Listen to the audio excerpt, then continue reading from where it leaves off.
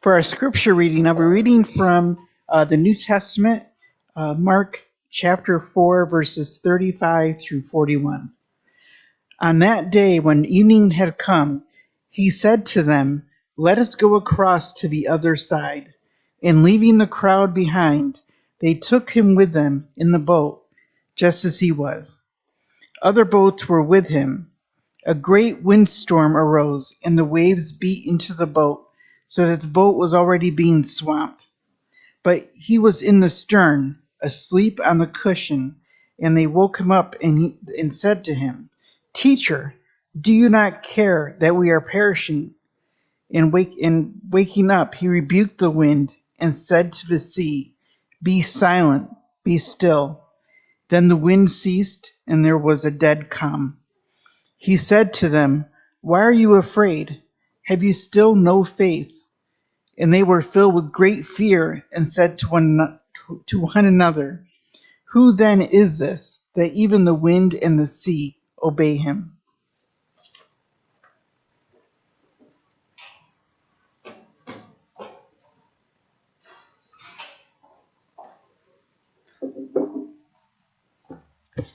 Thank you, Bill. It's good to be back. I just have to take a minute and look at all of you. Thank you to everyone who spoke up here in my absence. I really appreciate it. I listened to all of that's one of the neat things about YouTube. You don't miss anything. You can listen. So that was amazing.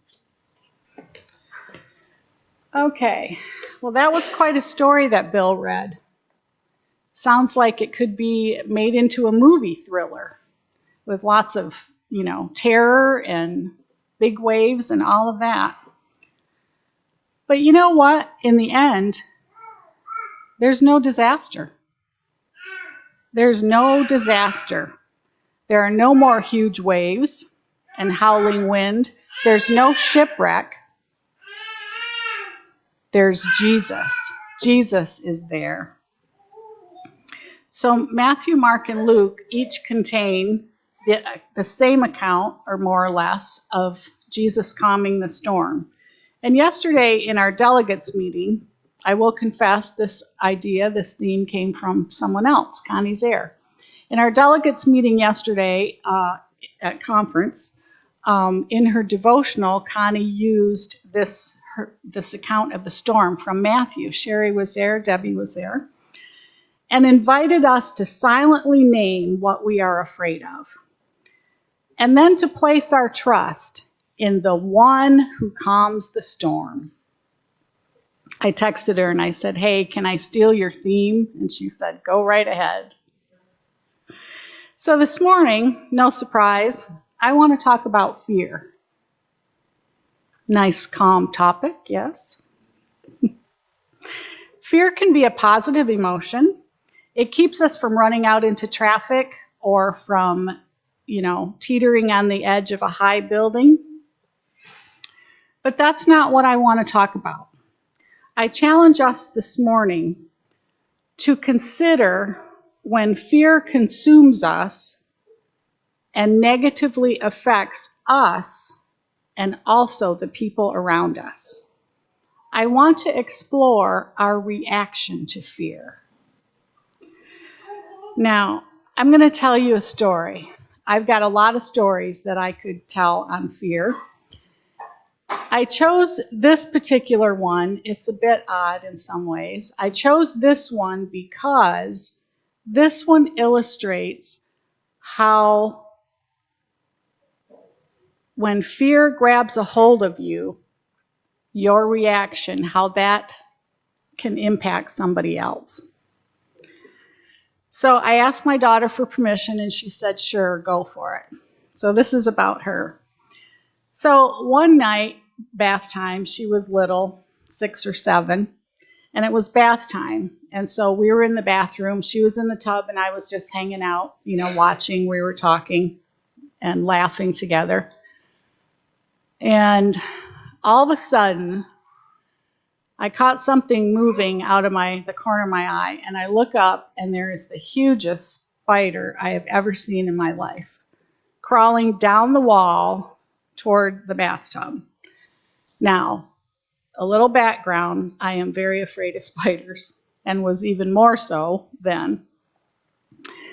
So I screamed and I ran out of the bathroom and I left her in the tub.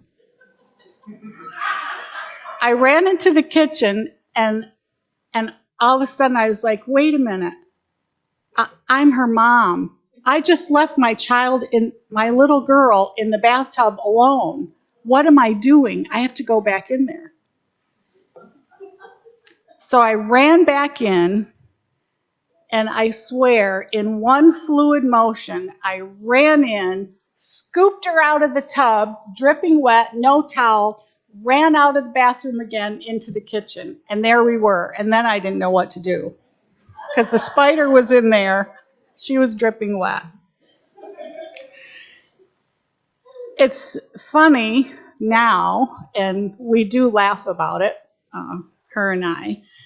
But you know what? Can you imagine how she felt as a little girl, having no idea why her mother just screamed and ran out the door and left her there by herself? She had no idea. And then furthermore, she had no idea what was going on when I ran back in and grabbed her and ran out again. She didn't have any idea, and she was really scared. Rightly so. It was not one of my stellar mom moments. So because of my fear, I was not acting rationally. I couldn't see my options clearly. I couldn't see anything but my fear. Couldn't feel anything but my fear. I didn't realize that one of the things I could have done was just say calmly, hey honey, bath time's over. I'll get you a towel, let's go on out and pick her up and out the door. I didn't see that. Didn't even occur to me. That would have prevented her from being so afraid. She was afraid because of my irrational action. I let my fear take over. It took over everything. Now, I know in the scope of fears, to be so afraid of a spider to do that is, a little odd probably. Because we all have fears, right? And each fear is very real to us, be it little or a large fear. But friends, it is how we react to fear that makes all the difference. I failed miserably with my daughter that evening. You heard what happened when I allowed my fear to consume me, how terrified she was. So our reaction to fear does impact other people. So I'd like us to think for a moment, what is the fear that keeps you awake at night?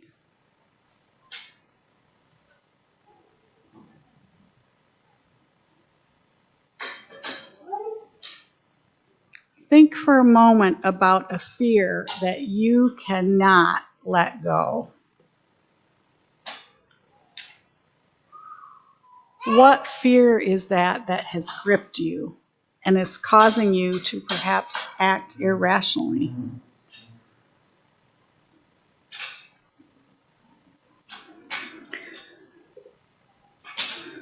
That's something I'd like you to think about this week. I'm not going to put you on the spot right now. Maybe you're afraid that there's not going to be enough money to pay the bills or to get groceries. Maybe you're afraid of your medical condition. Perhaps you're afraid of change. How about this one? The fear of not being enough. Maybe you're afraid that you have done something so horrible that how in the world can God or other people possibly love you? Maybe there's an honest conversation that you need to have with someone, but you're afraid. Or perhaps it's a difficult decision that's hanging over your head. You have to make that decision, but you're afraid. All of these are very real fears. Fear is a very powerful and destructive emotion when allowed to take a hold of us. It alters our perception and our vision, causing us to act irrationally. Fear builds upon itself and becomes worse and worse. Fear can paralyze us and hold us hostage and prevent us from making the changes that we need to make. And as I said, fear can affect other people. Our families, our church group here. But you know what? Most importantly, fear crowds God right out of the picture. Right out of the picture. There's no room for God because we are so filled with fear. Fear does not take into account what is possible with God. It does not take into account what God can do. When we're so full of fear, it's hard to see God anywhere. Even though in our fear, God is there. God has never left us. Never. Not once.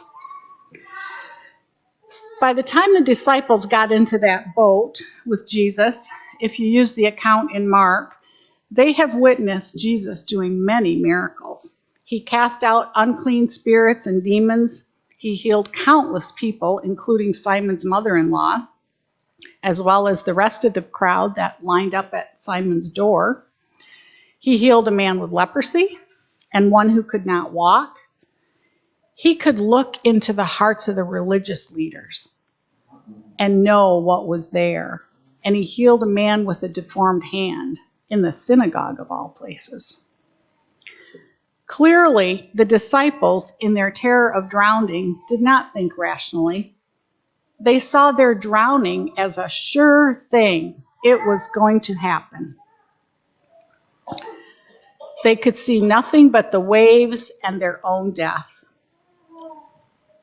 They are unable to see that Jesus might be able to intervene. Instead, they accuse Jesus of not caring that they're about to die. Now, let's be real. I'm pretty sure I would have been right there with the disciples yelling at Jesus, "Don't you care if I die? What in the world is wrong with you?" They had every reason to be fearful. Every reason. But what the disciples fail to see is that they are in Jesus' presence the whole time. They are in the presence of this divine human being who can control demons, heal deformed limbs, and see through one's heart.